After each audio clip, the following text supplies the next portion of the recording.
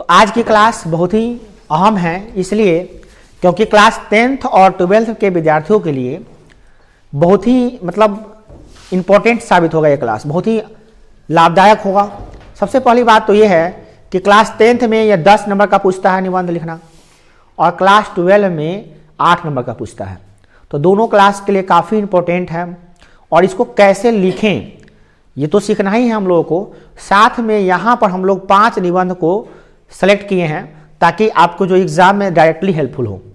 सबसे पहला निबंध है पर्यावरण प्रदूषण या प्रदूषण की समस्या, इस पे लिखेंगे हम लोग। दूसरा नंबर है हमारा प्रिय कवि या लेखक, तो इसमें हम लोग लिखे हैं कबीर दास पे। तीसरा नंबर मेरे प्रिय खेल फुटबॉल, फुटबॉल पे हम लोग लिखेंगे, या क्रिकेट पे लिख सकते हैं, तो अभी फुटबॉल पे हम लोग सेलेक्ट किए हैं। उसके बाद है पर्यावरण पर निबंध, पर्यावरण पे निबंध अगर लिखना हो सिर्फ पर्यावरण पे तो कैसे लिखेंगे वो लिखना है। पर्यावरण के बाद हम लोग लिखेंगे कि हमारा प्रिय अगर पुस्तक है तो कौन सा है, उस पर लिखेंगे हम लोग। हमारा प्रिय, मेरा जो है ना, मेरा प्रिय पुस्तक। ये 5 पॉइंट हम लोग आज डिस्कस करने वाले हैं, ठीक है। ये पांचों के पांचों क्लास 10th और 12th दोनों के लिए इंपॉर्टेंट है, ठीक। और अगर इससे संबंधित आ भी जाएगा एग्जाम में तो आप इसको लिखने की क्षमता रखिएगा, इसको समझ लीजिएगा। तो निबंध अगर लिखना हो सिर्फ पर्यावरण पे तो कैसे लिखेंगे वो लिखना है। पर्यावरण के बाद हम लोग लिखेंगे कि हमारा प्रिय अगर पुस्तक है तो कौन सा है, उस पर लिखेंगे हम लोग। हमारा प्रिय, मेरा जो है ना, मेरा प्रिय पुस्तक। ये 5 पॉइंट हम लोग आज डिस्कस करने वाले हैं, ठीक है।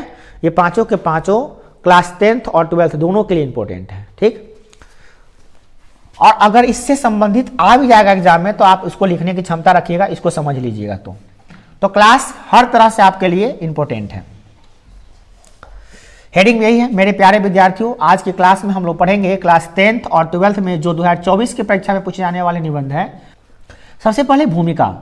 प्रदूषण वर्तमान समय की एक भयानक समस्या है, छोटा मोटा समस्या नहीं है, एक भयानक समस्या हो गई प्रदूषण, जिससे हमारा राज्य या हमारा देश, यही नहीं बल्कि पूरा विश्व परेशान है।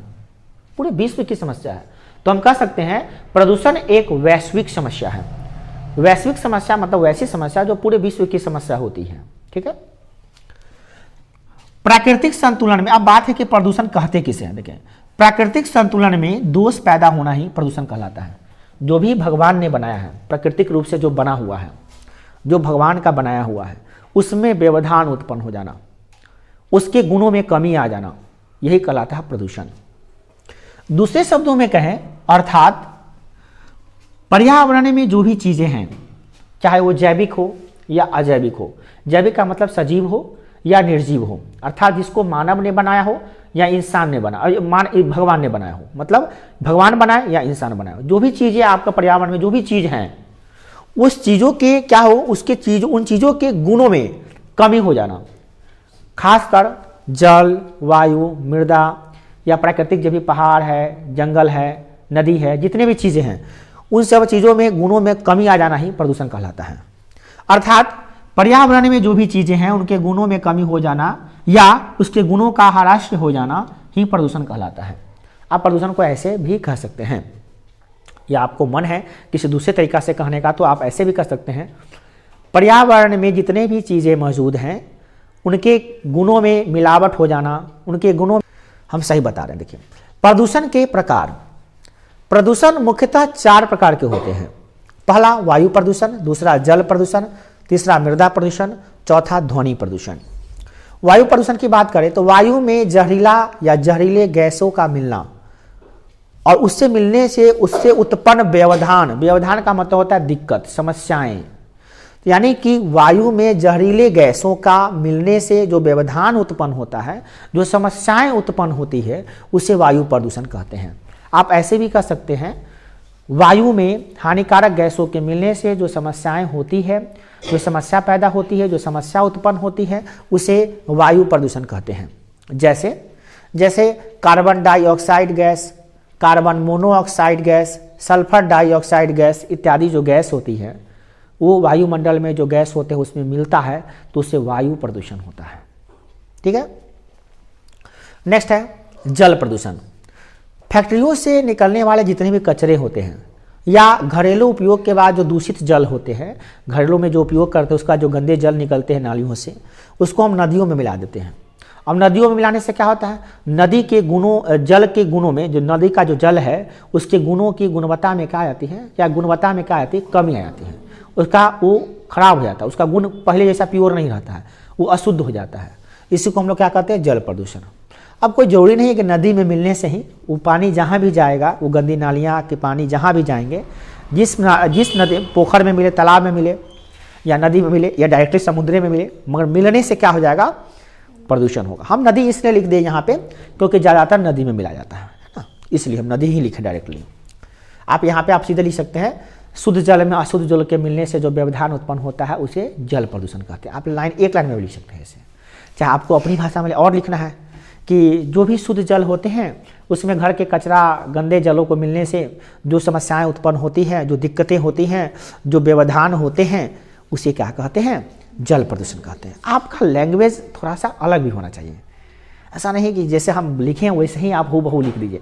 अगर आप नहीं लिख पा रहे हैं तब तो आप हूबहू लिख दीजिए, मगर लिखने की थोड़ी भी क्षमता है तो थोड़ा सा चेंज भी कर लीजिए। चेंज पहले ही कर लीजिए, एग्जाम के समय में प्रयोग मत कीजिए, नहीं तो एग्जाम के समय प्रयोग कीजिएगा तो वही काके की सब में कटेगा नंबर उससे आपका, है ना। जैसे हम यहाँ लिखे, देखिए ना, यहाँ पे लिखे हैं क्या, यहाँ पे थोड़ा सा देखिए, जहरीला गैस, यहाँ पे क्या होना चाहिए, जहरीले गैस होना चाहिए। क्या होना चाहिए, वायु में जहरीले गैसों के मिलने से, क्या लिखे, जहरीला गैस के मिलने से। गलत है कि नहीं है, गड़बड़ी, झड़फड़ी में लिखिएगा तो इसी गड़बड़ी हो जाएगा आपका। तो पहले ही से लिख लेंगे तो थोड़ा सा शुद्धता रहेगी उसमें, समझ में आ रही बात को ना, इसलिए हम कह रहे हैं। याद रखिए, फैक्ट्री से निकलने वाले, क्या इसका सही नहीं हो सकता, और फैक्ट्रियों से निकलने वाले नहीं हो सकता है, फैक्ट्रियों एवं कल कारखाने से निकलने वाले, और शुद्ध बना सकते इसको। जितना टाइम देके आप बनाइए घर पे उतना ज़्यादा अच्छा बनेगा वो, समझ रहे बात को। गलत नहीं है, गलत नहीं कर सकता है, मगर खूब अच्छा करने के लिए और ज़्यादा समय देना चाहिए इसमें, समझ में आ रही बात। तो आप जो भी सुधार करना चाहते हैं घर पे ही सुधार करिएगा। एग्जाम में कुछ बच्चे सोचो ना, एग्जाम में जाएंगे तो लिख देंगे जैसे मन हो वैसे, ऐसा नहीं कीजिएगा गलती। आप घर पे लिखने का प्रैक्टिस पहले कर लीजिएगा। बहुत बड़ा नंबर दे रहा है, 10 नंबर मैट्रिक में, 8 नंबर इंटर में, बहुत बड़ा नंबर है, छोटा बड़ा नंबर नहीं है।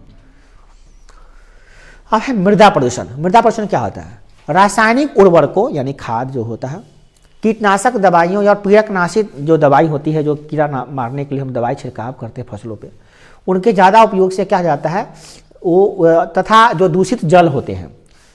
पहले नंबर बात कि रासायनिक उर्वरक है, कीटनाशक दवाइयाँ हैं या पीड़कनाशी दवाइयाँ हैं, इसके साथ साथ जो गंदा जल होता है वो भी तो मिट्टी में पड़ता है, तो इस सबसे मिट्टी प्रदूषण होता है, मृदा प्रदूषण होता है उस सबसे, ठीक है।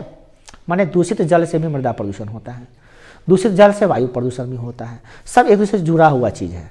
अगर वायु प्रदूषित होगा तो जल भी प्रदूषित होगा, वायु जल प्रदूषित हो रहा है तो मृदा भी प्रदूषण होगा, उसका साथ में जुड़ेगा एक साथ, समझ गए। ये तीनों प्रदूषण जुड़ा हुआ चीज़ है।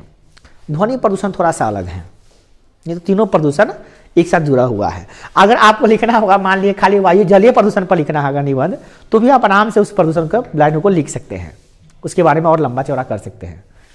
अब देखिए ध्वनि प्रदूषण क्या होता है, जो लाउड स्पीकर होते हैं, गाड़ी के जो हॉर्न होते हैं, जो आतिशबाजियाँ दिवाली में हम लोग पटाखे छोड़ते हैं, आतिशबाजियाँ होती है, उस सबसे क्या होता है, इन आतिशबाजियों से क्या होता है, जहाँ परमाणु अनुसंधान होता है उस सबसे क्या होता है, जानते हैं उस सबसे क्या होता है, उस सबसे तीव्र आवाज़ निकलती है, बहुत तेज आवाज़ निकलती है, और उस तीव्र आवाज़ से क्या होता है, वायु ध्वनि प्रदूषण होता है। क्या होता है, ध्वनि प्रदूषण होता है। चलिए 1 मिनट। प्रदूषण के कारण क्या है, आखिर प्रदूषण बढ़ा है तो उसके कुछ कारण होंगे। कोई भी प्रदूषण हो, सबसे बड़ा कारण उसका है बढ़ती हुई जनसंख्या। अपने विश्व की जो जनसंख्या है इतनी तेजी से बढ़ी है कि इसका कोई मतलब उम्मीद भी नहीं कर सकते, उतनी तेजी से बढ़ती जा रही है जनसंख्या, बहुत तेजी से बढ़ती जा रही है। उसके बाद अंधाधुंध वृक्षों की कटाई। वृक्षों की कटाई तो लोग ऐसे कर रहे हैं जैसे मतलब उसका अपना संपत्ति ही हो, और लोग कहते भी है कि मेरा पेड़ है, हम काटे चाहे कुछ कर, तुमको क्या लगता है, तुमको क्या जा रहा है, तुमको क्या है उससे, सीधे बोलता है तुमको उससे क्या है, मेरा पेड़ है, हम जितना काटे या तोड़े कुछ करे उससे तुमको क्या है।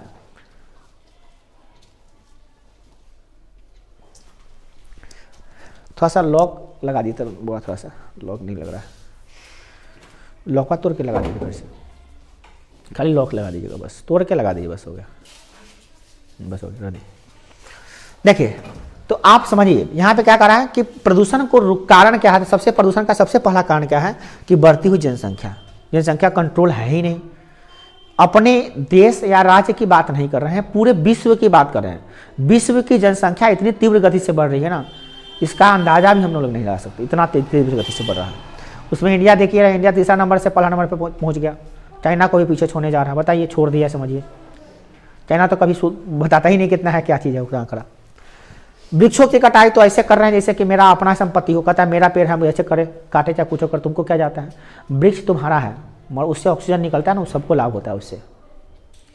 पेड़ पे तुम प्रतिबंध लगा सकते हो, पेड़ मेरा है, आम हम खाएंगे, मुझसे निकलने वाला ऑक्सीजन तुम्हारा ही थोड़ी ना है, सबका हो जाता है। होता है कि नहीं होता है, सबको फायदे पहुंचाता है वो, जान लीजिए। उसके बाद रासायनिक उर्वरकों का उपयोग। आजकल बिना खाद के कोई फसल होता है क्या? तो खाद पटाना नेसेसरी हो चुका है। इसका एक और कारण ये भी है, प्रदूषण हो रहा है उससे। डीजल एवं पेट्रोल के बिना गाड़ियाँ चलेगी नहीं, और गाड़ियाँ चलेगी नहीं तो जीवन हमारा रुक जाएगा। गाड़ियों से ही जीवन चल रहा है हमारा, ये समस्या है। वाहनों का अधिक से अधिक उपयोग हो रहा है इसमें। डीजल और पेट्रोल से चलने वाली गाड़ियों का ऐसा नहीं कि थोड़ा सा उपयोग कर लिए, नहीं, जितना ज़्यादा लोग उपयोग करना चाहते हैं उतना ज़्यादा उपयोग कर रहा है, दोहन कर रहा है उसको कहते हैं, है ना। इसके साथ साथ प्राकृतिक संपदाएं जितने भी हैं उस सब का दोहन, पहाड़ को तोड़ दो, नदी को मोड़ दो, जिधर जैसे मन करता है वैसे कर रहे हैं हम लोग। और प्रकृति में छेड़छाड़ कीजिएगा तो प्रकृति भी बदला लेगी, जान लीजिए। प्रकृति चुप नहीं बैठती है। उसके साथ प्राकृतिक संपदाओं का भी दोहन कर रहे हैं। प्लास्टिक का तो अंधाधुंध उपयोग कर रहे हैं, हर चीज़ में प्लास्टिक, अच्छा चीज़, बुरा चीज़, गलत चीज़, सबको प्लास्टिक में रख दो भाई। जो चीज़ खरीदना है सब प्लास्टिक में रख दो। तो प्लास्टिक का भी अंधाधुंध उपयोग कर रहे हैं, जो पर्यावरण प्रदूषण का एक मुख्य कारण है। इसको हम लोग इग्नोर नहीं कर सकते हैं। अब बात है कि भाई कारण तो और भी नहीं हो सकते हैं, बहुत सारे कारण हैं, बहुत सारे कारण। हम तो लिखेंगे तो अगर खाली कारण लिखेंगे ना तो बहुत पूछ जाएगा, क्या कहें आपको। हम 30-40 पॉइंट तो ऐसे जबान पे याद हैं, मगर हम लोग उतना नहीं लिख लेंगे। हम लोग प्रदूषण पे लिखना है ना, पूरा समय थोड़ा थोड़ा लिखना है ना। अब देखिए, बचाव के उपाय, प्रदूषण को कैसे बचाएं हम, मैंने बचाव के उपाय क्या है, यानी यूँ कह सकते हैं प्रदूषण को कम करने के उपाय। प्रदूषण कोई बीमारी तो नहीं है जो हमको प्रदूषण से बीमारी हो रही है, तो बचाव से ज़्यादा अच्छा होता क्या, प्रदूषण को कम करने को उपाय। क्या कम करने को उपाय? जनसंख्या का नियंत्रण हो, इस पे जो भी पॉइंट्स हैं, जो भी एक्शन है वो तुरंत लेनी चाहिए, ताकि जनसंख्या नियंत्रित रहे, कंट्रोल में रहे। और अब एक आदमी का तो काम नहीं ना है ये सब।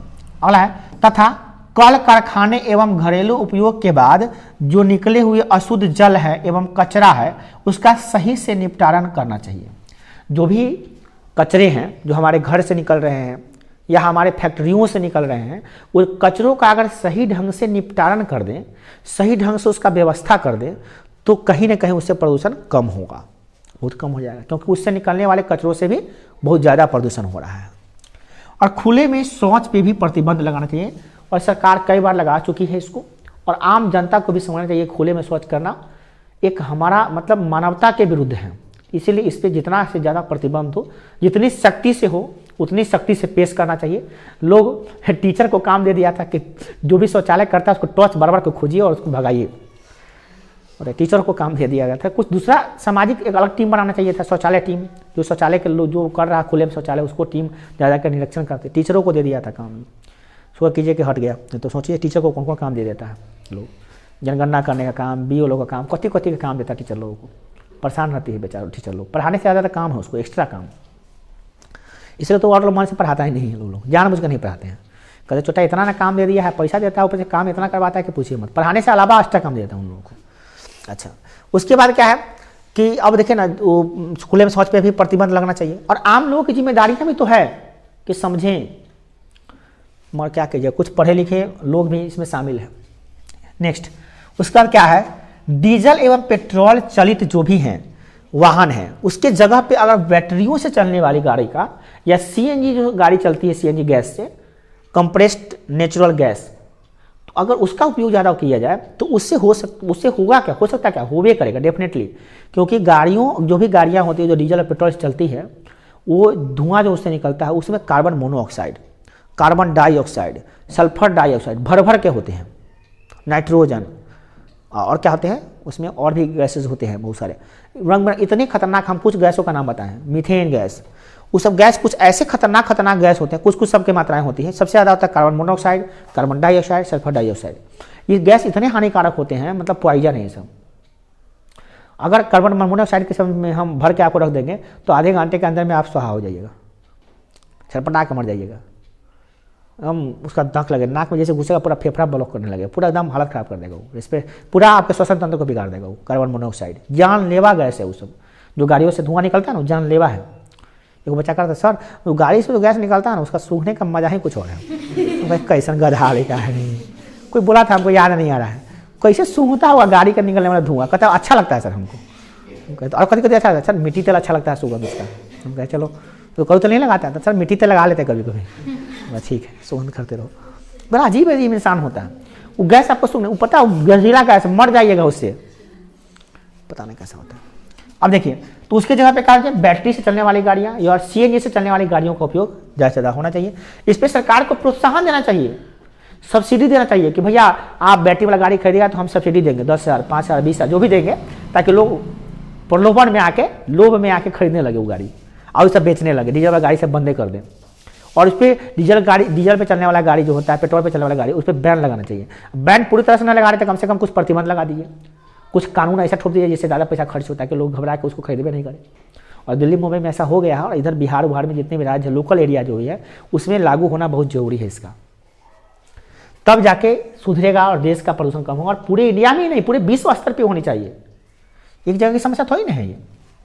इसके साथ देखिए, प्लास्टिक की जगह इसका जो विकल्प है, कपड़ों से या जो भी विकल्प है उसका विकल्प को लाना चाहिए। प्लास्टिक को टोटली बंद ना करके आंशिक रूप से ही बंद कर दिया जाए तो बहुत ज़्यादा लाभ मिलेगा उससे, है ना। जितना हो सके कम से कम उपयोग करता प्लास्टिक का, उसके जगह पे कुछ विकल्प का खोज करता, पता करता, जिससे जैव निम्नीकरण पदार्थ हो जाए। प्लास्टिक जैव अनिम्नीकरण पदार्थ होता है, सड़ता गलता नहीं है ना, नॉन बायोडिग्रेडेबल पदार्थ है, तो उसको अगर आप रखते हैं तो पर्यावरण को डायरेक्टली प्रदूषित करता है। तो प्लास्टिक बहुत खतरनाक हो सकता है, पॉइजनस होता है, समझिए वो पूरा मृदा को सड़ा देता है, ठीक है ना। तो इसीलिए उससे बचाव करना चाहिए। अब ये सब तो हम लिखे कि भैया बचाव के उपाय क्या, इतने लिख सकते हैं। आपको थोड़ा सा क्या कीजिए, आप घर पे जाइए ना, तो आप ना थोड़ा सा सर्च कीजिए किताबों को, नहीं तो गूगल पे उस पर सर्च करके प्रदूषण सर्च कीजिए, प्रदूषण के बारे में खूब ढेर सारा पढ़, लिखिए नहीं ढेर सारा पढ़ लीजिए, मन लगा के 5, 10 मिनट 20 मिनट पढ़ लीजिएगा ना, 5 मिनट पर 10 मिनट पढ़िएगा ना, तो ढेर सारा नॉलेज हो जाएगा। बस उसको लिखना तो रहेगा, पॉइंट बना के, क्या दिक्कत है। और ये सारा पॉइंट ये है, आप इतना ही काफ़ी है, मगर आपको थोड़ा सा और ज़्यादा चाहिए, डिटेल ज़्यादा चाहिए। इसको कम लग रहा, आपको लग रहा है ज़्यादा है, हमको लग रहा है कि कम है, आपको ज़्यादा मिलना चाहिए। डिटेल ज्ञान रहेगा ना अंदर घुसा हुआ, बस उसको कलम धक्कर निकलना तो है, निकल रहा है, ऐसा होना चाहिए। सोचना नहीं पड़े अगला क्या लिखे, जब भी सोचना पड़ रहा था तो आप निबंध सीखे कहाँ। और निबंध सीखने के लिए हमारे हिसाब से 2 ही चीज़ चाहिए, एक डिटेल ज्ञान, दूसरा लिखने का फ्लुएंसी, हो गया, तेजी से लिखने का आदत हो और डिटेल ज्ञान हो अंदर। अज्ञान कहाँ से मिलेगा, या तो कहीं से सुन लीजिए या तो कहीं देख के पढ़ लीजिए, यही ज्ञान का स्रोत है हम लोग का मेनली, यही ना है। समझ रहे हैं कि नहीं समझते हैं, तो इसको महसूस कीजिए, थोड़ा सा जाकर पढ़िए। पढ़ के हम नहीं कह रहे हैं कि गूगल पे जाइएगा 10 पेज मिल जाएगा, सबको पढ़ जाइए, 5 पेज 10 पेज पढ़ जाइए। अरे उस 500 वाक्य पढ़िएगा, 200 वाक्य दिमाग में घुस जाएगा ना, जरूर घुसेगा, हम गारंटी देते। 10 लोग आप कितनों बकलोल लड़का है, कितनों मानसिकता का कम बच्चा है, तो तुरंत माइंड में घुसेगा। और 10 पॉइंट को 10 पॉइंट मत समझिए, वो आपका 10 नंबर लाने के लिए अस्त्र बन चुका है। और मेरे पढ़ाए हुए बातों को रिवाइज तो करिए ही करिए भाई, तो पढ़िए ही पढ़िए, लिखिए भी, उसके अलावा भी काम कीजिए, थोड़ा सा पूरा नंबर लेके आना है ना भाई। नेक्स्ट क्या है, उपसंहार क्या होता है कि हम थोड़ा सा कुछ कहना चाहते हैं 2 शब्द, तो लास्ट में हम कुछ कहेंगे भाई ना, क्या कहेंगे। जैसे आप पार्टी में जाते हैं, खाना पीना खाते हैं, तो फाइनली कोई पूछता है हाँ भैया कैसा खाना था, कैसा लगा व्यवस्था, बड़ा बढ़िया, खाना पीना भी व्यवस्था एकदम स्वागत बहुत ही बढ़िया था, बहुत सुंदर लगा। मगर एक बात बताएं, वहाँ पे जो आदमी जो खड़ा था ना, बड़ा बच्चा बच्चा बोल रहा, तो उसको आदमी को थोड़ा दूर रखिए, ऐसे आदमी को। हाँ ठीक है, तो ये इतना, ये क्या हुआ आपका उपसंहार हुआ, क्या हुआ उपसंहार, इसको आप कह सकते हैं निष्कर्ष या कंक्लूजन कहते हैं उसको। तो ये फाइनली निबंध जब लिखिए तो एक लाइन जरूर लास्ट में जोड़िए, क्या उपसंहार या निष्कर्ष, इस तरह का कुछ निकालिए, है ना। या आपको नहीं समझ में आता, लिखिए अपनी बातें, मेरी मन की बात, मेरी तरफ से, अभी मेरी तरफ से, क्या दिक्कत है, कोई दिक्कत नहीं है। मगर ये सब थोड़ा हायर लेवल का होता है, बिहार बोर्ड में लोग समझता नहीं ये सब, मेरी तरफ से लिखा गया ज़्यादा काबिल बनता है, कर देगा कहीं गुस्सा के, इसलिए हम कहते हैं रट लो। अभी फिलहाल में बिहार बोर्ड रटल वाला बोर्ड होता है, ऊपर जाइए ना, ऐसे आप ऐसे से आपका पिन छूटने वाला नहीं है। आपको पता नहीं चाहिए कि यूपीएससी एग्जाम में ऐसे पूछता है, ऐसे तो शुरुआतें हैं, समझिए इसका, ऐसे ऐसे ही पढ़ना है, लाइफ है आपका ऐसे। यूपीएससी बीपीएससी फाइट करने के लिए आपको ऐसे पढ़ना पड़ेगा, रंग बिरंग का ऐसे, ये कुछ नहीं है, 10-10 पेज में लिखिएगा ऐसे। 10 पढ़ना, सॉरी पेज कर है, उसमें बहुत पढ़ना पड़ेगा आपको, ठीक है। तो आप इसमें लिखिएगा क्या, क्योंकि प्रदूषण किसी व्यक्ति का, राज्य का या देश का समस्या थोड़ी ना है, यह एक विश्व की समस्या है। अतः सरकार के साथ साथ हमें भी प्रदूषण का निपटान करने में हर संभव प्रयास करना चाहिए, साथ देना चाहिए। सरकार जो नियम निकालते हैं उसमें साथ देना चाहिए और हर संभव प्रयास करना चाहिए कि उसको निपटान कर सके। किसी की एक आदमी का समस्या नहीं है, किसी एक देश या राज्य की समस्या तो नहीं है, ये पूरे देश पूरे विश्व की समस्या, तो पूरे विश्व को साथ में मिलकर आना चाहिए। मगर हाँ, पहले अपने तो शुरुआत करना चाहिए, हम लोग को शुरुआत अपने से ही करना चाहिए, तब जाके हम लोग आगे बढ़ेंगे। अब देखिए, तो ये अब लिखे, समझ में आ गया। इसके ये तो इम्पोर्टेंट है ही, इसके अलावा भी आप पढ़िएगा और जरूर। इसको याद करने के बाद नेक्स्ट देखिए क्या है। दूसरा नंबर हम लोग का जो निबंध है वो है हमारा प्रिय कवि या लेखक। देखिए एक बात आपको बता देते हैं, हमारा प्रिय कवि हो या मेरे प्रिय कवि हो या मेरे प्रिय लेखक हो या मेरे आदर्श व्यक्ति हो या मेरे महान साहित्यकार हो, आपको व्यक्ति के बारे में जब कहेंगे आपके आदर्श व्यक्ति, आपके महान व्यक्ति, आपके मतलब जो भी ऐसा कुछ रहेगा तो व्यक्ति के बारे में, तो आप इसको लिख सकते हैं।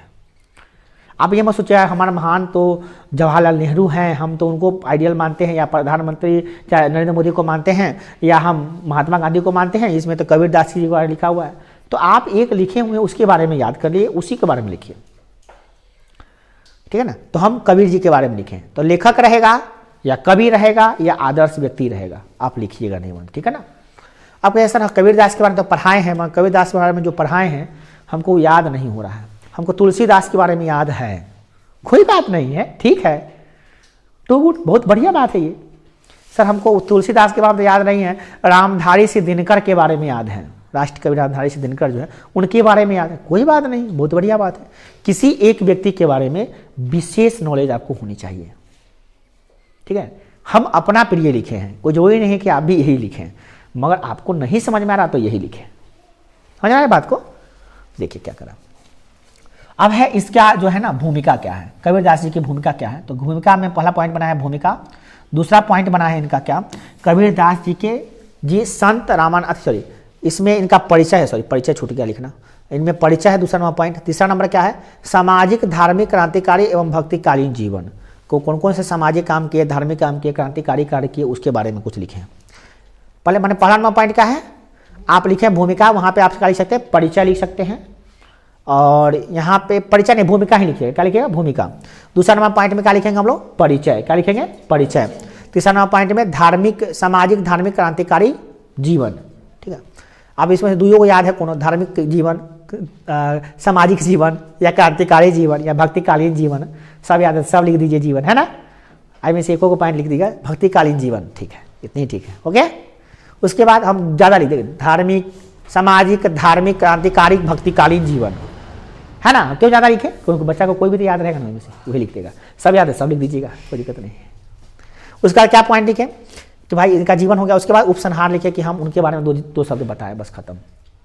4 पॉइंट बनाए, 4 पॉइंट में ये से खत्म हो गया। चलिए शुरू करते हैं इनका। हमारे प्रिय कवि, हमारा नहीं, हमारे प्रिय कवि कबीरदास जी हैं। अगर मेरा देखिए मेरा मेरी रहेगा तो लिखिए मेरे प्रिय कवि, क्या लिखेगा मेरे प्रिय कवि या हमारे प्रिय कवि। आप देखिए टाइटल जो होगा ना वहीं से लिखिएगा, उसमें लिखा है मेरे प्रिय कवि, तो आप हमारे प्रिय कवि नहीं लिखिएगा, तो बच्चा समझ जाएंगे कि बाद ज्ञान कम है रटा हुआ ज़्यादा है। जो हेडिंग रहेगा ना उसी के हिसाब से लिखिएगा, हमारे कि तुम्हारे कि प्रिय, सीधे प्रिय कवि लिखा हुआ है तो भी आप लिखिएगा मेरे प्रिय कवि, है ना। तो हमारे प्रिय कवि कबीरदास जी हैं।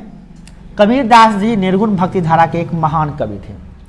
निर्गुण भक्ति धारा के कवि वैसे होते हैं जो पूजा पाठ पे विश्वास ज़्यादा नहीं करते हैं, वो मूर्ति पूजा पर विश्वास नहीं करते हैं, वो भगवान के निराकार रूप को जानते हैं, कहते हैं भगवान कण कण में विराजमान है, सब जगह है, ब्रह्मा है, सब जगह हम सब उसी में हैं। तो ऐसी जो धारणा रखते हैं कवि उसको क्या कहते हैं, क्या कहते हैं निर्गुण भक्ति धारा के कवि। और कुछ होते हैं जो भगवान के रूप को मानते हैं, उसे कहते हैं सगुण भक्ति धारा के कवि, क्या कहते हैं सगुण भक्ति धारा। तो कबीर जो है ना निर्गुण भक्ति धारा के कवि हैं, ठीक है। उनके काव्य में अलौकिक शक्तियां हैं, उनके काव्य को पढ़िएगा, दोहा को पढ़िएगा तो शक्ति महसूस होगा आपको। उनके काव्य को पढ़ने के बाद मनुष्य के जीवन कृतार्थ हो जाता है, उनको काव्य को पढ़ने के बाद जीवन लगेगा कि कृतार्थ हो गया, मेरा जीवन कितना ऊंचा हो गया, ऐसा महसूस होगा आपको, ठीक है। थोड़ा सा इसको हम कट कर देंगे, कारण क्या है कभी। तो मेरे प्रिय कवि लिखेंगे क्या, मेरे प्रिय कवि कबीरदास जी हैं। कबीरदास जी मेरे बहुत प्रिय कवि हैं, या लेखक है तो लेखक भी लिख सकते हैं, कोई दिक्कत नहीं है। या मान लीजिए आदर्श व्यक्ति है तो ये भी लिख सकते हैं, मेरे आदर्श व्यक्ति कबीरदास जी हैं, कोई दिक्कत। नेक्स्ट क्या है, कबीरदास जी निर्गुण भक्तिधारा के एक महान कवि थे। अगर लेखक रहेगा तो क्या है, लेखक थे, या कहीं एक महान साहित्यकार थे, है ना, कोई दिक्कत नहीं है इसमें। उनके काव्य में अलौकिक शक्तियां हैं, उनको पढ़ने के बाद आपको बहुत ही अलौकिक शक्तियां महसूस होगी। काव्य को पढ़ने के बाद मनुष्य का जीवन और कृतार्थ हो जाता है, मतलब लगता है कि जीवन कृतार्थ हो गया, धन्य हो गए हम इसको पढ़कर, ऐसा महसूस होगा आपको। एक साहित्यकार का जीवन, यहाँ पे कुछ बातें हैं उनके पास साहित्यकार के बारे में। एक जो साहित्यकार होता है ना, उसका जीवन पूर्ण रूप से समाज और देश के लिए होता है, उसके लिए अपने लिए नहीं होता है। जैसे एक पेड़ का जो फल होता है किसी दूसरे के लिए होता है, उसी प्रकार से एक साहित्यकार जो होता है ना, उसका पूरा जीवन समाज और देश के लिए होता है, क्योंकि उनके साहित्य की रचना समाज के लिए, समाज के व्यक्ति के लिए पथ प्रदर्शक का कार्य करती है। पथ प्रदर्शक का कार्य करती है, समाज और व्यक्ति के लिए क्या करती है, पथ के प्रदर्शक बनता है, जिसको हम पढ़कर अपने रास्ते को तय करते हैं, सही रास्ता हमें दिखाती है। कोई भी साहित्यकार को जीवनी पढ़ने से या उनके काव्यों को पढ़ने से, उनके लेखनी को पढ़ने से हमको एक रास्ता मिलता है, सही रास्ता क्या होगा वो हम समझते हैं, ठीक है। तथा एक नई दृष्टिकोण, देखिए एक नए दृष्टिकोण उत्पन्न करती, तथा एक नए दृष्टिकोण उत्पन्न करती। ध्यान से समझिए इस को, क्या कहना चाह रहे हैं लेखक कवि। हम जो कहना चाह रहे हैं वो, सॉरी कवि नहीं, यहाँ पे हम जो कह रहे हैं वो समझ रहे हैं। क्या कर रहे देखिए यहाँ पे, हाँ यहाँ पे जो व्यक्ति, सॉरी यहाँ से कहाँ गया भाई, कहाँ पे थे, हाँ, तथा एक नई दृष्टिकोण उत्पन्न कर। नई दृष्टिकोण का मतलब क्या हुआ, नई सोच उत्पन्न होता है हमारा। किसी किताब को पढ़िएगा ना, किसी काव्य को, तो नई दृष्टिकोण उत्पन्न हो, नया देखने का नजरिया आपका बदल जाएगा समाज को। कबीरदास के काव्य में इतनी वास्तविकता और जीवन के मूल्यों को सजाने वाली बातें हैं जो व्यक्ति को उसके व्यक्तित्व के उच्चतम शिखर पर पहुंचा देती हैं। कबीरदास के अगर उनके काव्यों को पढ़िएगा, उनके दोहों को पढ़िएगा, तो उसमें इतनी वास्तविकता है, वास्तविकता में इतनी सच्चाई है, उसको पढ़ने का आपका जीवन का जो मूल्य है ना, वो ऑटोमेटिक ऊपर हाई लेवल पे चल जाएगा। और आपका जो व्यक्ति का जो व्यक्तित्व है, जो पर्सनालिटी है आपका, वो उच्चतम शिखर पे पहुंच जाएगा, सबसे ऊपर पहुंच जाएगा, हाई लेवल का हो जाएगा। आपका थिंकिंग हाई लेवल हो जाएगा, थिंकिंग को बढ़ा देगा, सोच का नजरिया ही बदल देगा आपको। ये बात रियली में सच है, क्योंकि हम अपने से खुद लिखे हैं। अतः हमें इनकी विचारधाराओं को साहित्य के माध्यम से जरूर पढ़ना चाहिए। उनके साहित्यों को पढ़कर उनके विचारधारा को जानना हमारा प्रथम कर्तव्य है। और मैं मानता हूं कि हर इंसान को कबीरदास के बारे में ही नहीं, जो भी आपका प्रिय है उनके बारे में अवश्य पढ़ें, बहुत ही ज्ञान मिलता है उससे। अब एक अलग बात है कि आपको ज्ञान का महत्व नहीं समझ में आ रहा, तो एक अलग मैटर है, दैट्स योर मैटर। हम लोग तो उसको नहीं कह सकते हैं कि ज्ञान के मैटर को बढ़ा दें। आपका समाज सोच ही ज्ञान के प्रति छोटा है तो क्या कीजिएगा। अब देखिए क्या है, कबीरदास जी संत रामानंद के शिष्य थे, मतलब रामानंद क्या थे, उनके गुरु थे। तो परीक्षा में ये भी पूछता है कबीर जी के गुरु कौन थे, तो संत रामानंद जी। इनका जन्म सन 1455 ईस्वी में एक कुमारी ब्राह्मण कन्या के कोख से हुआ था। एक कुमारी ब्राह्मण कन्या थी जिसके पेट से यानी कोख से इसका बच्चा मतलब पैदा हुआ। अब कोई कुमारी है और वो माँ बन जाती है तो जानते हैं समाज में क्या होता है, बहुत दुर्गति होता है। तो लाज के मारे, लाज और समाज के भाई नहीं भय के कारण, क्या समाज के भय के कारण, डर के मारे क्या की, उसको रास्ते के किनारे पे कहीं पे बच्चा को रख देती है वो, ठीक है, छोड़ देती है। मतलब वो शादीशुदा नहीं थी लड़की और माँ बन गई, तो समाज के डर से भय से वो क्या करते, बच्चा को सड़क के किनारे रख देती है। और वो क्या किए, छोड़ दिया गया। वाराणसी शहर के समीप एक तालाब था, उसी के किनारे उसको छोड़ दिया गया था। वहीं पे एक व्यक्ति थे जो संतान विहीन थे, उनके पास कोई बच्चा नहीं था। उनके माता पिता का नाम है नीरू और नीमा। नीरू और नीमा नाम के जो व्यक्ति थे वो माता पिता बन के उनको लालन पालन किए, अपना बेटा समझे उसको, लालन पालन किए, पाले पोसे और माँ बाप का पूरा प्यार दिए। मतलब उनका रियल माँ बाप उनको पाले पोसे नहीं है, ठीक है ना। तो वो नीरू और नीमा नाम की जो थी औरत, वो उसका जुल्हा था, वो जुल्हा था, तो वही उसका क्या किए थे, शायद मुस्लिम थे ना निरोनिमा, तो वो उनका लालन पालन किए थे। तो जन्म लिए थे ब्राह्मण कुल में, और पालन पोषण जो हुआ था इनका शायद मोहम्मदन टाइप में, इस टाइप में हुआ था। और वे ज़्यादा पढ़े लिखे नहीं थे। कबीरदास के बाद सोचिएगा कि बहुत ज़्यादा पढ़े लिखे थे, ऐसी कोई बात नहीं है, बहुत कम पढ़े लिखे थे, पढ़े ही लिखे नहीं थे, समझिए ऐसा, बहुत ज़्यादा पढ़े लिखे नहीं थे, परंतु उनमें विद्वता कूट कूट कर भरी थी।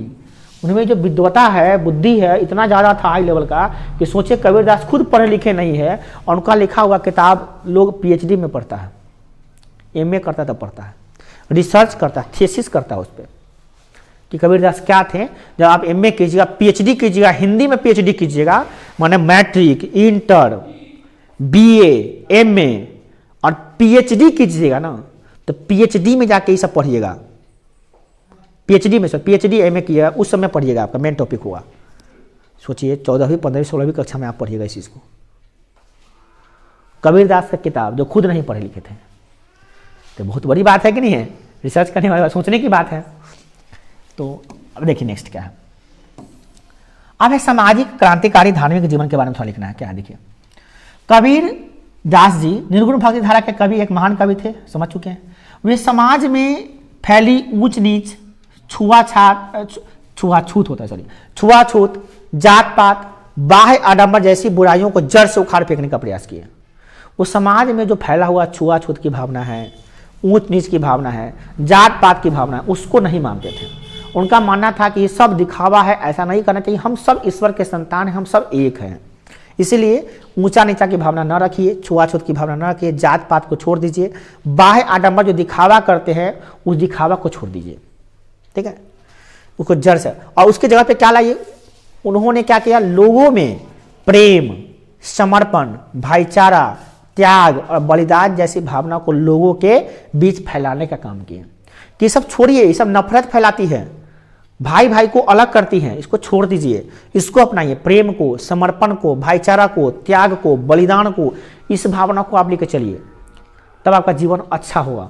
तो इन्होंने ऐसा संदेश लोगों के बीच में डाला और प्रयास किया कि इसको फैलाए।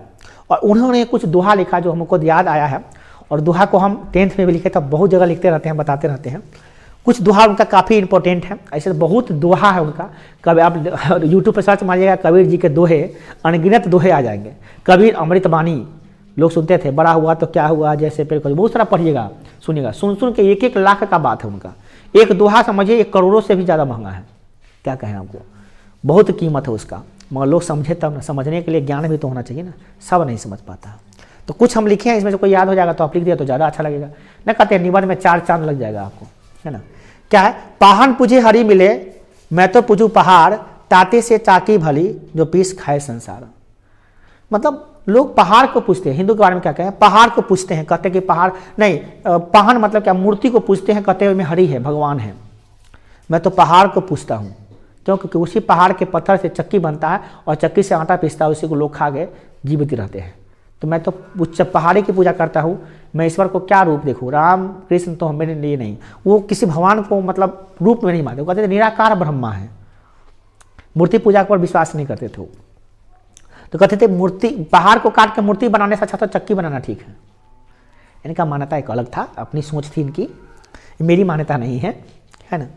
अगला है, तो वे कह रहे थे ताते से चाकी भाली, उससे अच्छा चक्की है, जिसको संसार पीस के खाता है उससे, है ना। और देखिए हिंदुओं पे ये बात बोले, हिंदुओं के लिए ये बात बोले थे। मुस्लिम के लिए क्या बोले, कंकड़ पत्थर चुनी के मस्जिद लियो बनाए, कंकड़ पत्थर चुन के मस्जिद बना लेते हो, है ना, मस्जिद बना लेता है। आता चढ़ी मुल्ला बांग देत, क्या बहरे भयो खुदाए, पोथी पढ़ी पढ़ी जग मुआ, पंडित भयानक कोय, 2.5 आखर प्रेम का पढ़े सो पंडित हो। कि कहने का मतलब आजकल पोथी पढ़ के बहुत पंडित जाता है, डॉक्टर इंजीनियर बन जाता है। देखते हैं डॉक्टर इंजीनियर बनने के, IPS बनने के बाद लोग सुसाइड कर लेता है, क्योंकि उसमें धैर्यता नहीं है, प्रेम नहीं है। लाइफ में सिर्फ एक एम नहीं होना चाहिए कि हम पढ़ लिख डॉक्टर बन जाए, इंजीनियर बन जाए, IPS बन जाए, इतना ही एम नहीं होना चाहिए इंसान का। इसके अलावा भी जिंदगी होती है, भाईचारे की भावना, त्याग की भावना, प्रेम की भावना।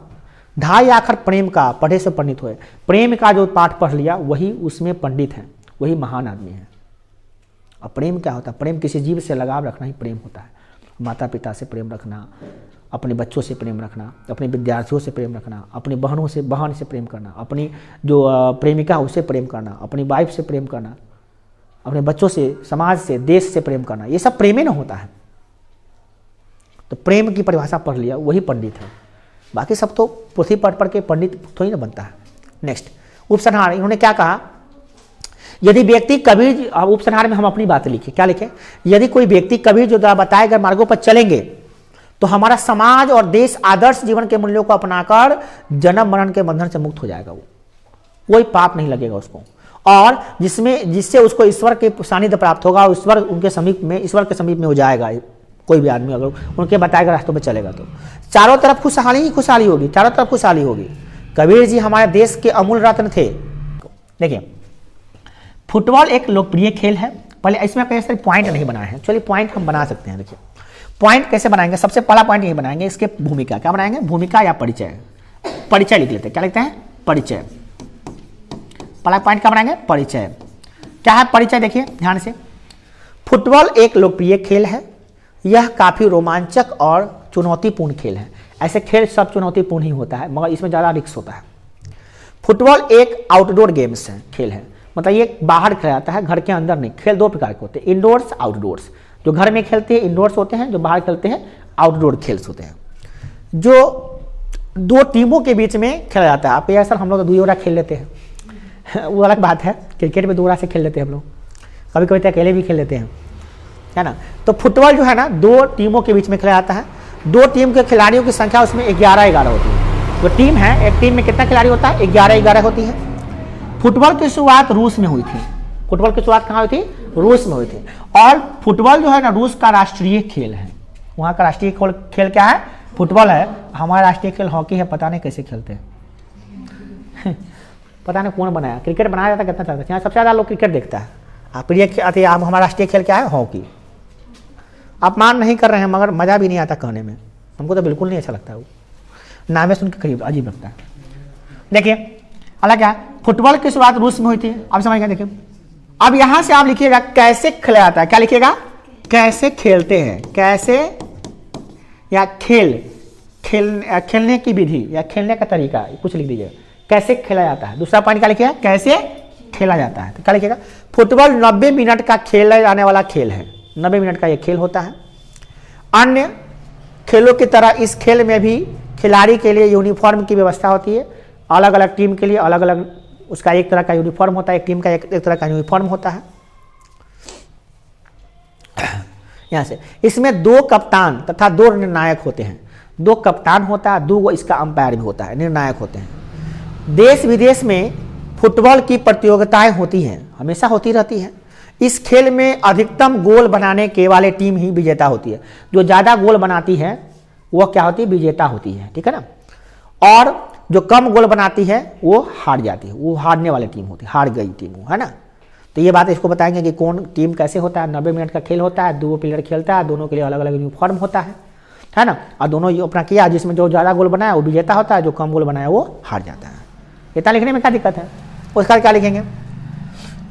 फुटबॉल पूरी दुनिया में लोकप्रिय है। यह टीम मतलब ऐसा खेल नहीं है कि एक जगह, पूरी दुनिया में लोकप्रिय, बहुत लोग इसको खेलता है, देखता भी है, अच्छा लगता है इसको। यह खेल एक अच्छा शारीरिक व्यायाम है। इस खेल में सबसे ज़्यादा व्यायाम होता है, बहुत ज़्यादा व्यायाम होता है। क्रिकेट में जब तक बॉल बॉलर के पास रहेगा, जब तक ऐसे घचते रहेगा, दिखते रहेगा, तब तक सब आदमी शांत रहेगा। वो बॉल फेंका उसके बाद शुरू होता है, मगर फुटबॉल में ऐसा नहीं होता। फुटबॉल जब तक मैदान में रहता है तब तक लोग परेशानी रहता है, कोई शांत से नहीं रहता है खड़ा, सब बेचैन रहता है, बहुत रिक्सी होता है। फुटबॉल का खेल जो अगर देख लिया, समझ लीजिएगा ना, 1 मिनट के लिए कोई शांत, 1 सेकंड में नहीं देखिए शांत रहेगा कोई आदमी में। क्रिकेट में तो है, जब तक बॉलर बॉल के रख ले तब तक ना आराम से करो, दौड़े तब तक आदमी शांत है। जब बॉल मारा ऐसे, उसके बाद से बेचैन है। वो भी कौन, जहाँ बॉल उधर गया तो उधर वाला बेचैन, इधर वाला शांति से है ना। मगर फुटबॉल में ऐसा नहीं होता, फुटबॉल बेचैन कर देता है एकदम। और सबसे ज़्यादा एक्सरसाइज माना जाता है इसमें। फुटबॉल खेलने को आपको कितना ठंडा में खेल लीजिए, एकदम पसीना पसीना चुहा देगा पूरा। बैडमिंटन और फुटबॉल दोनों। अब देखिए और क्या चाहिए, बच्चों के साथ साथ युवाओं में भी काफी लोकप्रिय खेल है ये।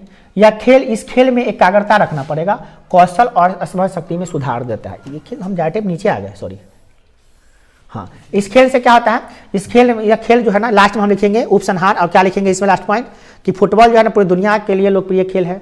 सभी लोग इसको पसंद करते हैं, बच्चे और युवा भी इसको खेलना पसंद करते हैं।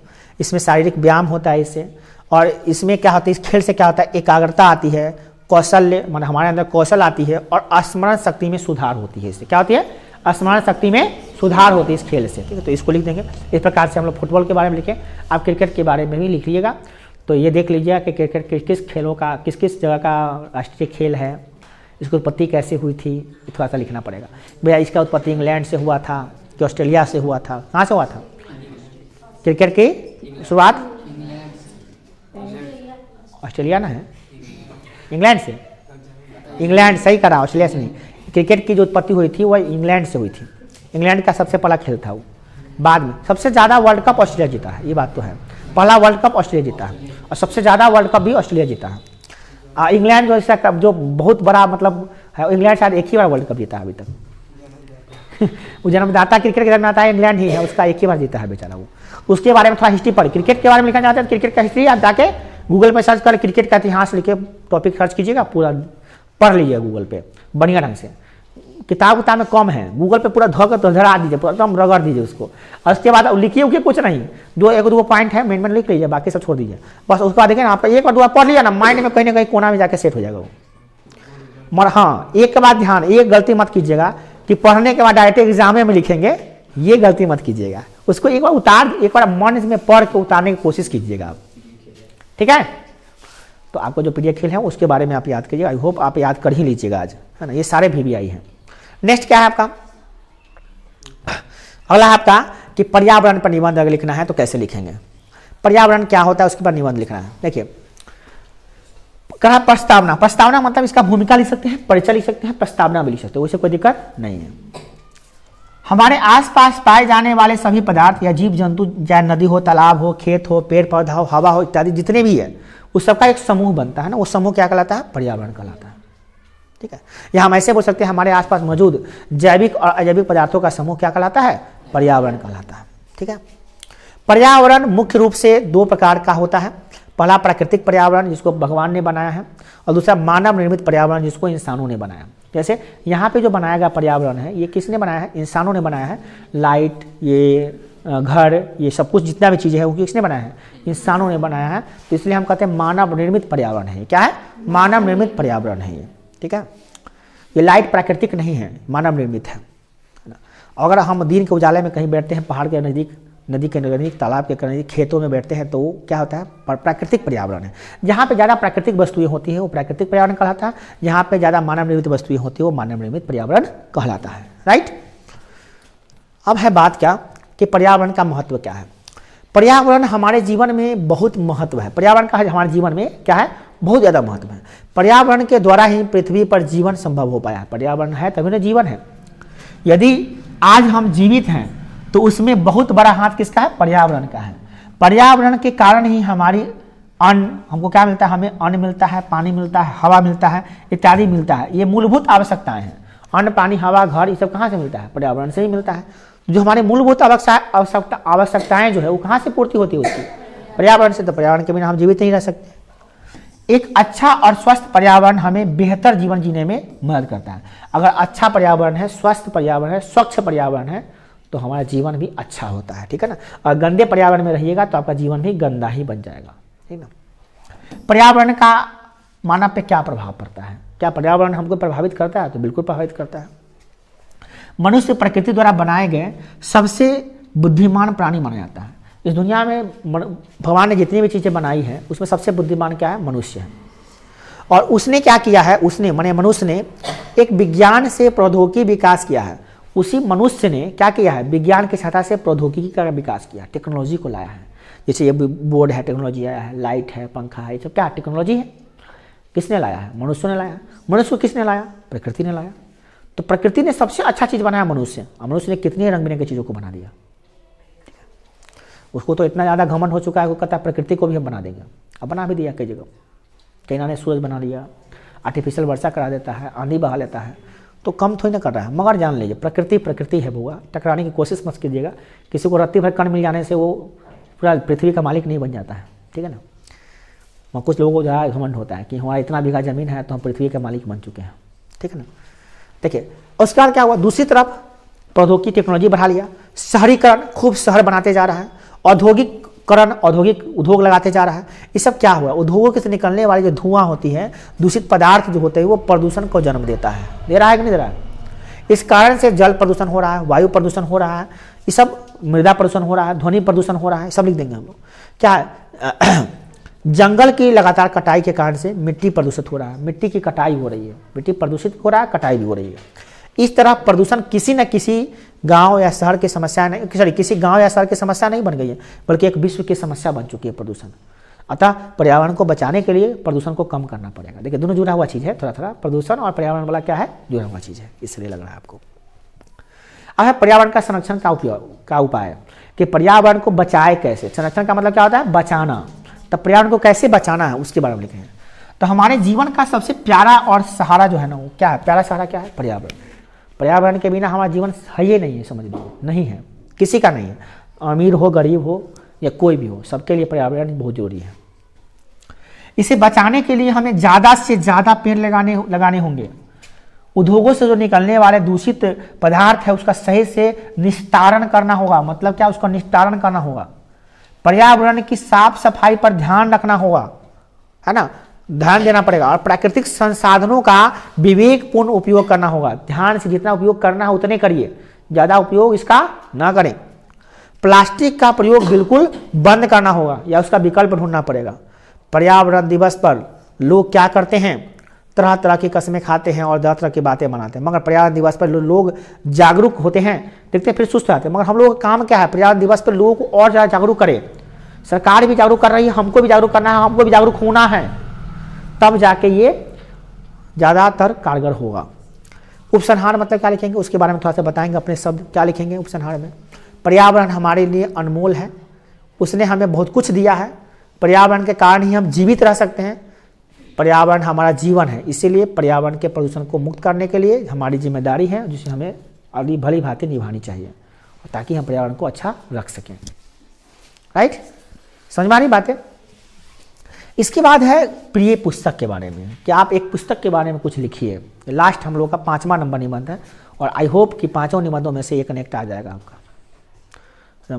बहुत छानबीन करने के बाद हम बहुत सारा नेट पर सर्च किए, खोजे, गूगल से वगैरह देखें, क्वेश्चन बैंकों का भी अध्ययन किए हुए हैं, ध्यान है, तब जाके ऐसे निबंधों को हम लोग सेलेक्ट किए हैं, ठीक है ना। ऐसा नहीं कि कुछ भी आके दे दिया, ऐसा नहीं होता, ऐसे बहुत ढेर पड़े हुए हैं तो उसमें से निकाल के दिए हैं, आपको खोजना नहीं पड़ रहा है।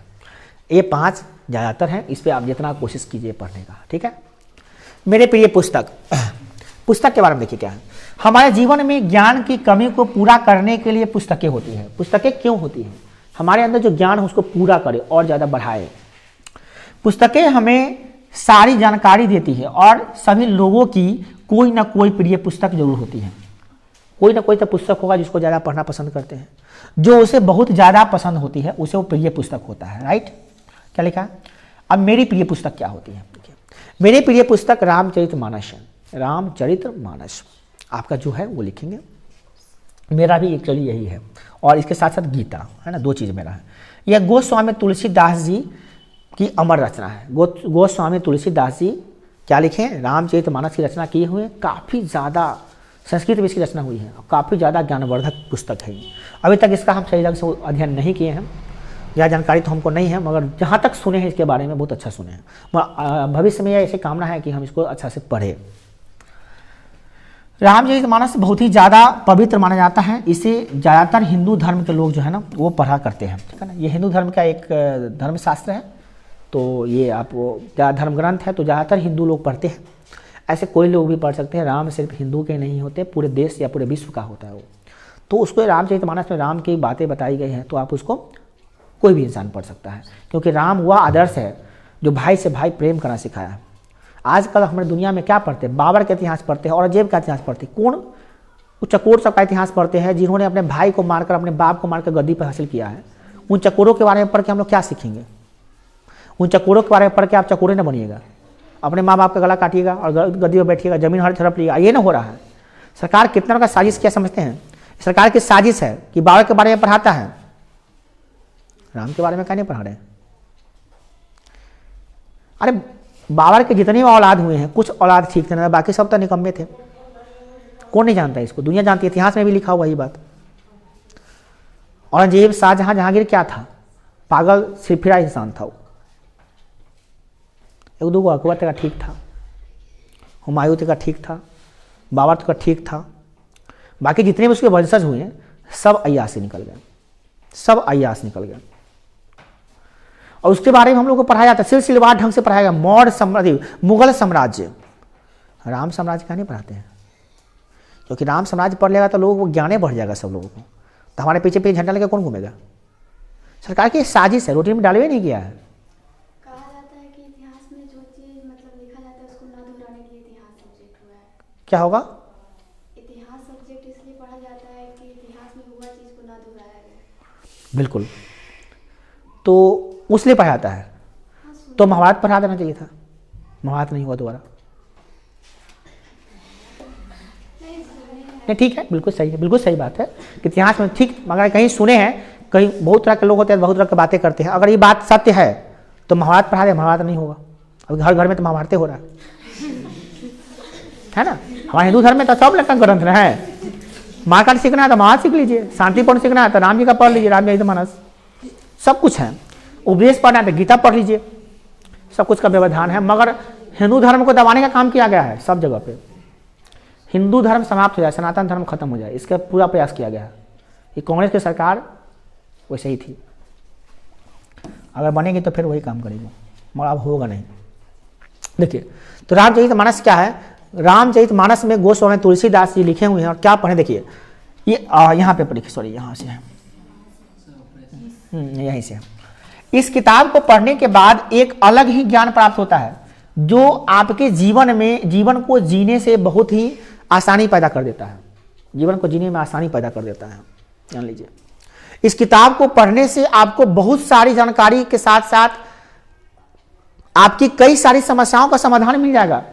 जो समस्या से जूझ रहे हैं, जिस समस्या से परेशान हो रहे हैं, वो सभी समस्याओं का समाधान रामचरितमानस में है। एक पिता कैसा होना चाहिए, एक बेटा को कैसा होना चाहिए, एक माँ को कैसा होना चाहिए, एक पत्नी को कैसा होना चाहिए, एक देवर कैसा हो, सारी समस्याएं, तो इस समस्या का समाधान रामचरितमानस करता है अकेले। और ऐसा डिमांड चल रहा है कि रामचरितमानस को राष्ट्रीय पुस्तक माना जाए, इस पर विचार चल रहा है। कि हो गया तो बहुत अच्छी बात होगी, रामचरितमानस को राष्ट्रीय पुस्तक घोषित कर दिया है। देखिए, ऐसा हो जाए तो बहुत अच्छा, इस समाधान मिल जाए। और देखिए, इस किताब में राम भगवान के जीवन के बारे में बताया गया है। इसमें बताया गया है कि राम अपने पिता के वचन को पूरा करने के लिए 14 वर्ष के लिए वनवास चले गए। आजकल अपने बच्चा जो होता है ना, अपने माँ बाप का वचन पूरा करने के लिए 14 मिनट के लिए बाहर नहीं जाता है। 14 वर्ष वनवास चले गए, राज पर छोड़ गए, तो ये बहुत बड़ी बात है। श्री राम ने अपने जीवन में कितने अच्छे और बड़े काम किए। लोग तो कहते हैं कुछ बुरे काम भी किए, चलिए ठीक है, मान लेते हैं। हर काम से इंसान के जन्म रूप में जन्म लेते तो बुरा हो भी करेगा कुछ, चलिए हर इंसान में बुराई होती है, तो भी इंसान के रूप में जन्म लिए थे। श्री राम ने अपने जीवन में कई सारे दुष्ट और अधर्मी राक्षसों का अंत किया और हमेशा शांति बनाए रखने का उपदेश दिया उन्होंने। आगे देखिए क्या है। रामचरितमानस किताब को पढ़ने से हमारे जीवन में चल रहे सभी बुराइयों का पता चल जाता है कि हमारे जीवन में क्या क्या बुराइयां चल रही है, जिससे हम उनको दूर करके एक अच्छा व्यक्ति बन सकते हैं। एक अच्छा व्यक्ति बनने में आपको काफी हेल्प करेगा वो। इस पुस्तक में कोई भी व्यक्ति पढ़ सकता है, कोई भी व्यक्ति पढ़ सकता है, बच्चा हो, बूढ़ा हो, जवान हो, कोई भी पढ़ सकता है, औरत हो, जेंट्स हो, कोई पढ़ सकता है, हिंदू हो, कोई भी पढ़ सकता हो, सिख ईसाई कोई भी पढ़ सकता हो, कोई दिक्कत नहीं। इस किताब में बताया गया है कि हमें हमेशा सत्य के मार्ग पर चलना चाहिए, चाहे गला कट जाए। रघुकुल रीत सदा चली आई, प्राण जाए पर वचन न जाए। ये रघुकुल की रीत है, प्राण जाएगा तो जाएगा मगर वचन नहीं जाएगा। ये रघुकुल जानते हैं, रघुकुल ये जानते हैं, कभी पीछे से वार नहीं करते हैं। चाहते तो सीता मैया को हनुमान जी गए थे, आराम से उठा ले चलाते। हमारे बिहार में कहते सीता मैया का हन क्या हुआ था रावण का अंत करने के लिए। सीता मैया को बचाना कोई बड़ी बात हो नहीं थी। हनुमान जी गए थे, अकेले लंका को जला के चले आए, सीता मैया को आराम से हाथ पर रख ले चलाते। इतना आ जाते, क्योंकि पता भी नहीं चलता कानों का, मगर वो जानते थे। उनका राम जी को मानना था, रावण को तो नाश से करना था, समझाने का मौका भी मिला, बहुत नष्ट करना था। पापियों का अंत करने के लिए तो पैदा हुए थे, धरती पर अवतरित हुए थे, पैदा नहीं होते, अवतरित हुए थे। नेक्स्ट, अब देखिए आगे क्या कर रहा है। इसमें यह भी बताया गया है कि सत्य के मार्ग पर चलना चाहिए और हमें कोई भी ऐसा कार्य नहीं करना चाहिए जिससे किसी के हृदय को पीड़ा पहुंचे, नहीं पहुंचे पीड़ा। ऐसे काम को इसमें करने का प्रयास किया गया, बताया गया है। मान लो क्या कीजिएगा, गलत इसमें भी गलती ढूंढ लेते हैं, क्या कीजिएगा। निष्कर्ष, हमें किताबों को पढ़ना चाहिए, कोई भी किताब हो जो आपका प्रिय है उसको पढ़ना चाहिए, जो अच्छी किताब है पढ़िए। किताबों से हमें मनोरंजन ज्ञान और दोनों मिलता है। आप इंटरटेनमेंट भी हो जाता है, ज्ञान भी मिलता है। मैं अपने प्रिय किताब रामचरितमानस को रोज पढ़ती हूँ या पढ़ता हूँ और इससे मैं रोज नई नई बातें सीखता हूँ या सीखती हूँ और अपने जीवन में उन सभी बातों को ध्यान देती हूँ। तो आप इसको लिख सकते हैं। देता हूँ, लड़का है तो देता हूँ लिख लीजिए, लड़की है तो देती हूँ लिख लीजिएगा।